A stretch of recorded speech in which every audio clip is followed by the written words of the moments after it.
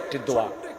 এই দোয়াটার মধ্যে আপনার আমার জীবনের সব চাওয়া আছে, সব এমন দোয়া সব আছে।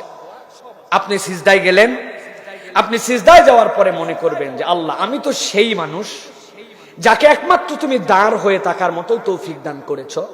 পৃথিবীর কিছু প্রাণী আছে রুকুতে, কিছু আছে সিজদায়, আর মানুষ একমাত্র দাঁড়াতে পারে, সেখান থেকে রুকুতেও যেতে পারে, সিজদাও যেতে পারে। আমি সবচেয়ে দাঁড়ানোর ক্ষমতা যে দিয়েছিল, এখন আমি সিজদায় গেছি, আল্লাহ আমি সবচেয়ে নিচু হইলাম, হওয়ার পরে এখন ঘোষণা দিচ্ছি সুবহানা রাব্বিয়াল আ'লা, সুবহানা রাব্বিয়াল আ'লা, সুবহানা রাব্বিয়াল আ'লা, আমার রব সবচেয়ে উপরে। এইটা পড়ার পরে রাসূলুল্লাহ সাল্লাল্লাহু আলাইহি সাল্লাম ছোট্ট একটা দোয়া পড়তেন, আল্লাহুম্মা গফিরলি যামবি কুল্লাহ দিক্কাহু ওয়া জিল্লাহ ওয়া আউওয়ালাহু ওয়া আখিরাহ ওয়া আলানিয়াতাহ ওয়া সিররাহ। কি বলতেছেন আপনি?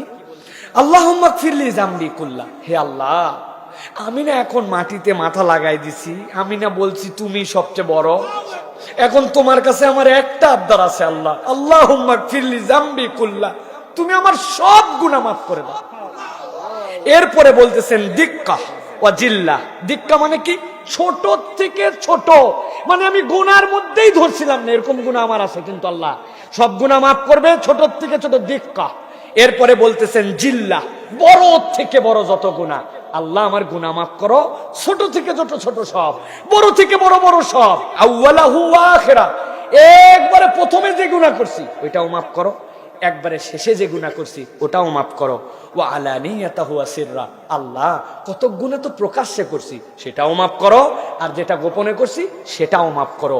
এই দোয়া যদি কোনো বান্দা হৃদয়ের অনুভূতি নিয়ে করে, সিজদাতেই আল্লাহ তার জীবন মাফ করে দিবেন। তাহলে সুবহানা রাব্বিয়াল আ'লা, সুবহানা রাব্বিয়াল আ'লা, সুবহানা রাব্বিয়াল আ'লা, আমি সেই সৃষ্টি যে দাঁড়াতে পারি, রুকুতে যেতে পারি, হালতেও পারি, আমি এখন সবচেয়ে নিচে, তুমি সবচেয়ে বড়।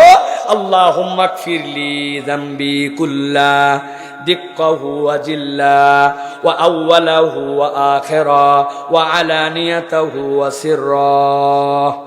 এইটা যদি কোনো বান্দা একবার বলে, আর তার যদি বান্দার হক নষ্ট করার গুনাহ না থাকে, শিরিক যদি না থাকে, আল্লাহ তার সব গুনাহ মাফ করে দিবেন।